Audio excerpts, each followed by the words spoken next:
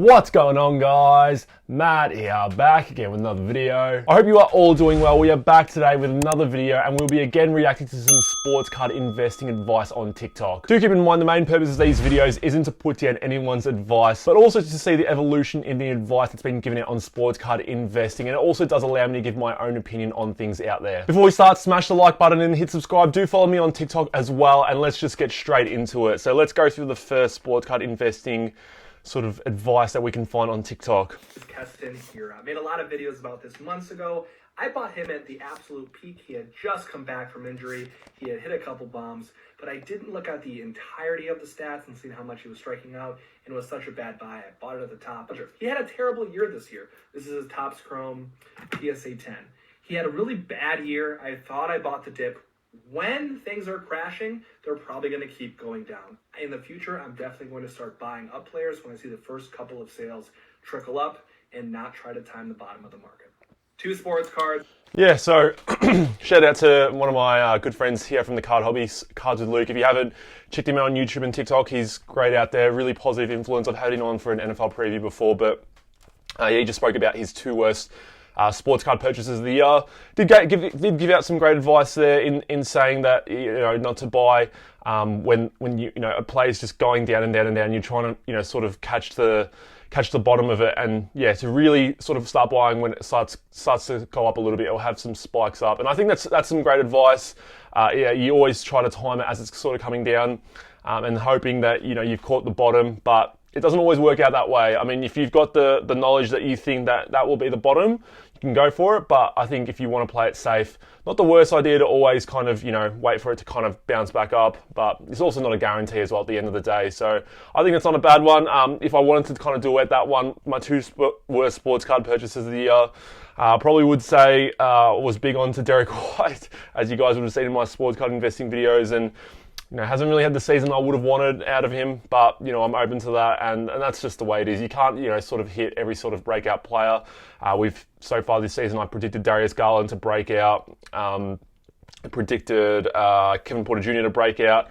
He's a little bit slower as well, but, you're going to have some misses there, and I think, for me, Derek White was that one. Luckily, when you're going for these sorts of plays as well, they're going at such bargain prices that, if you do lose money on it, you're not going to lose out too much. So it's not like you're spending big money on a Zion and you're putting a lot of money into it and then he crashes and then bang, you lose a fair bit of it. Derek White was still relatively cheap for me at the end of the day. So yeah. Here are some cards that don't look like anything that actually have some value. The first one is a Sam Vincent.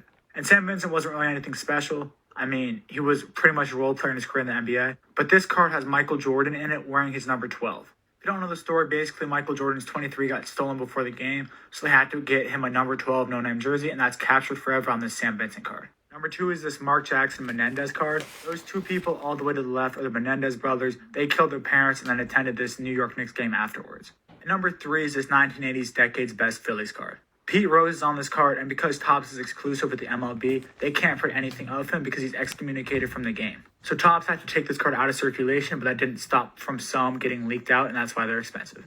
Here are some cards. Yeah, so to add on to that, I'd also talk about the Ja Morant one, which had Young Dolph in the background, the Chronicles one.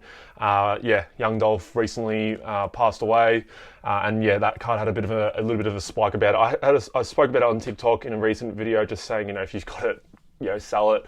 But yeah, that's another one that you could probably add to that list. But yeah, that's the thing with these sorts of cards. You got to look in the background, and surprisingly, some of them do have some sort of, there might be an association to something that might cause a little bit of a spike. Another one I can think of as well, there's 2 big ones here, and that's the Kobe Bryant Crusade 2012. It's got the angel wings in the background. We all know that, as of the time of recording, it's been 2 years since the day that Kobe Bryant passed away in the helicopter crash. So I think the angel wings are a little bit symbolic in terms of the background. Another one as well is the Kobe and LeBron James card, the Topps Chrome, where you've got, I always forget which one's backing on who, but Kobe Bryant is backing down on LeBron, I think. And yeah, that's another iconic card, even though it's not really their rookie card. It's not like it's anything really special or anything. It's just more the picture behind it. So that's another one. Those are like 3 I'll probably add on to that. Some nice cards. If you do have some in your collection, do look out for them. You're probably wondering how I got all these steals, and here's more. So just go on eBay, search up PSA or BGS, and sort through ending soonest. And enjoy! Get all those PSA slab steals. Let's go. You're probably wondering... So this one's not a bad one. I don't mind that one. On top of what he said, I don't mind doing this. The only thing is you're going to get through a lot of crap as well. So, there's a lot of people getting their PSA slabs back from PSA now, and they're all just listing them, just trying to get a quick sale. If you want to do this strategy, it does work. It doesn't, you're not always going to find great stuff every day, just because there is a lot of stuff to get through. It's more, you might find stuff. It's more the effort versus time, the effort versus reward, sort of aspect of it. So, you're going to be spending a lot of time scrolling through eBay listings, and whether you get a card that's a little bit under comps, and it's just like, well, I'm making like $2 or $3 on it. Is it really worth my time and effort? That's the thing you've got to kind of work out. But sometimes you do get some nice cards that, might have a poor listing, poor photo, all that sort of stuff. But another thing I would like to add on to what he suggested, which I do think is a good tip, definitely add your exclusions if you know how to use eBay. Let's say you're running PSA rookie slab and you're trying to find PSA rookies, put a minus sign or a hyphen and then just exclude. It's basically an exclusion sort of a search term. So essentially, if you want to get rid of hoops, draft, I always get rid of hoops, draft, illusions, chronicles, all that sort of stuff, because it is sort of low end, high pop count sort of stuff, so that you can really get like prism select and all that sort of stuff just showing on your listings, rather than your hoops, your chronicles, which are probably not going to really do you too well. So that's probably what I would like to add on to that. In my hand, I am holding a $750 investment that I expect to return $4,000 by the end of the season. I want to share this investment with you. This is actually a good one. I'll just pause it here because it is nearing the end of the NFL season. So let's see how he actually goes. To help you make some money. Jameis Winston is the player I'm investing in. I'm personally purchasing any of his Prism Rookie Auto PSA 10s. I think we're going to see a massive return on investment in this one. That one's interesting. So, you might look at the end product right now. Jameis Winston's been out for the season. He was out for half of the season because of an ACL injury, I think.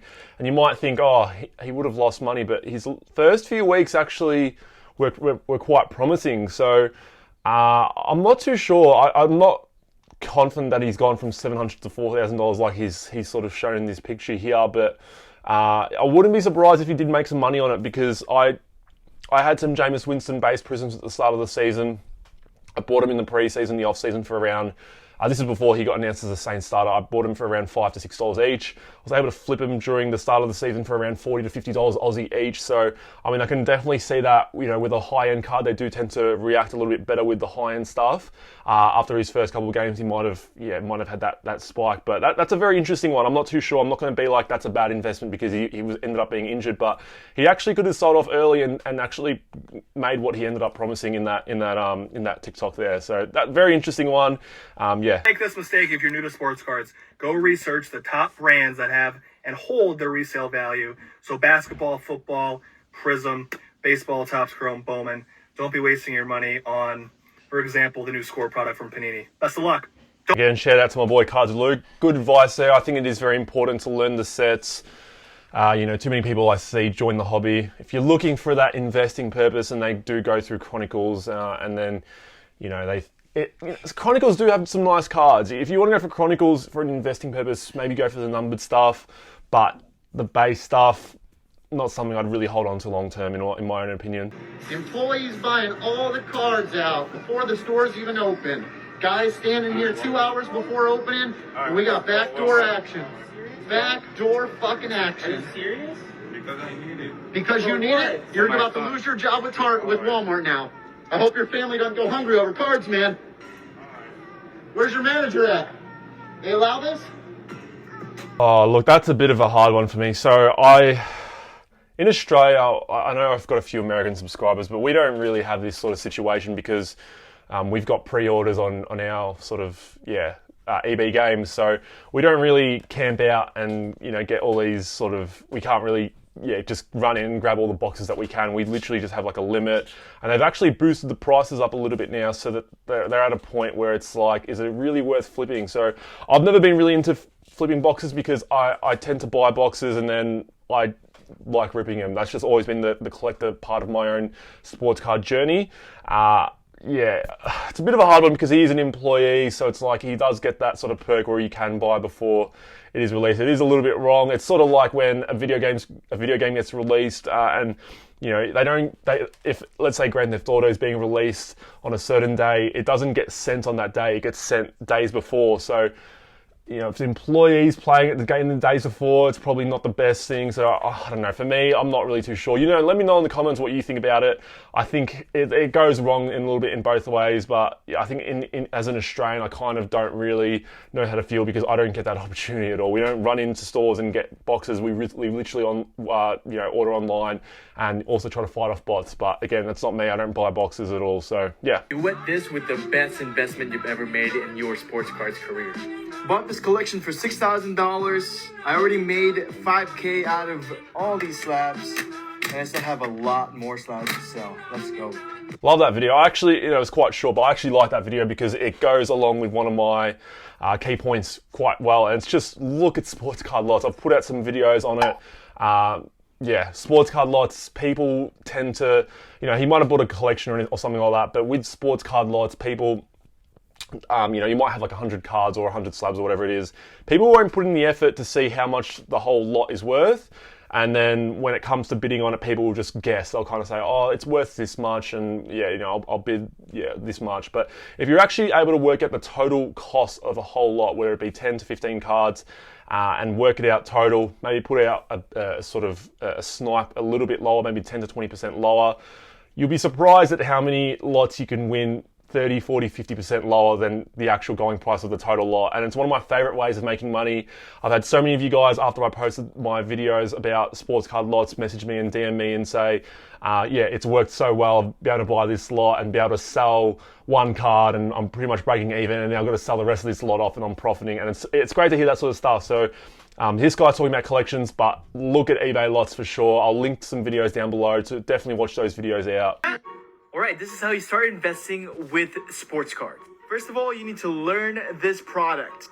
Panini Prism, Panini Mosaic, and Panini Select. All of those brands are important for football, basketball, and UFC.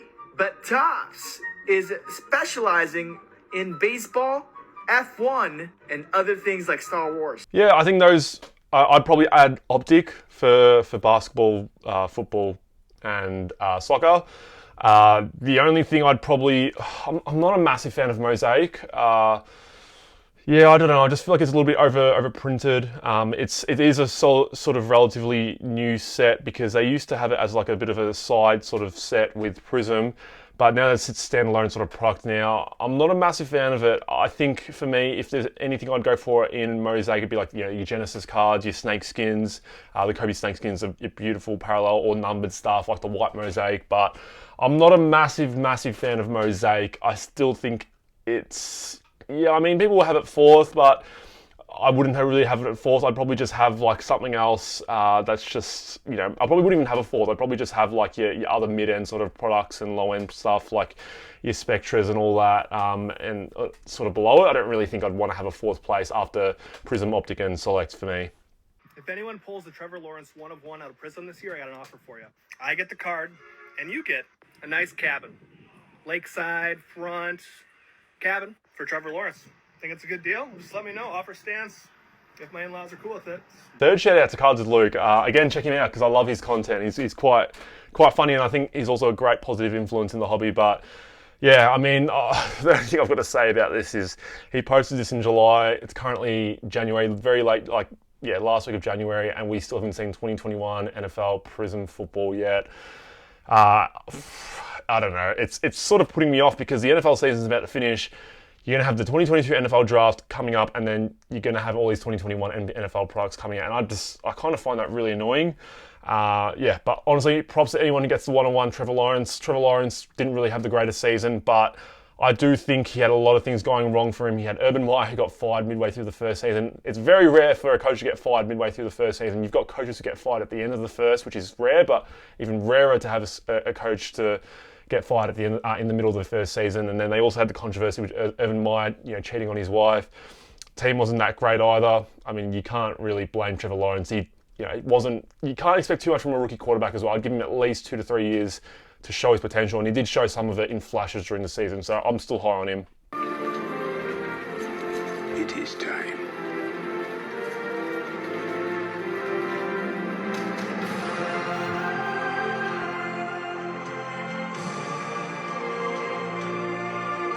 You guys know me, I'm a massive Joey B fan. I don't know if I really am an investor in Joey B. I think I'm more of a collector.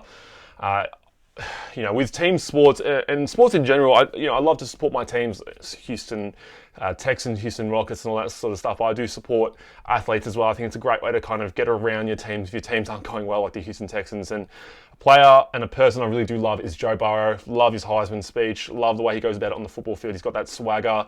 And yeah, I've got a couple pieces for my own collection at good prices during the middle of the season. And they've sort of tripled in price now. And you kind of are fighting with that thought of, do I sell and make money on it, or do I really just want to hold it long term because you love the player? And it's just going to be that fine line of finding, what it's kind of, separating your emotion from the actual sports card collecting and investing aspect of it, I guess. That is it for today's video. We reacted to some sports card investing advice on TikTok. Let me know in the comments what you guys thought of some of the advice that was given out. As always, if you guys are enjoying the content, make sure you smash the like button and hit subscribe, and I'll see you all in future videos. Take care.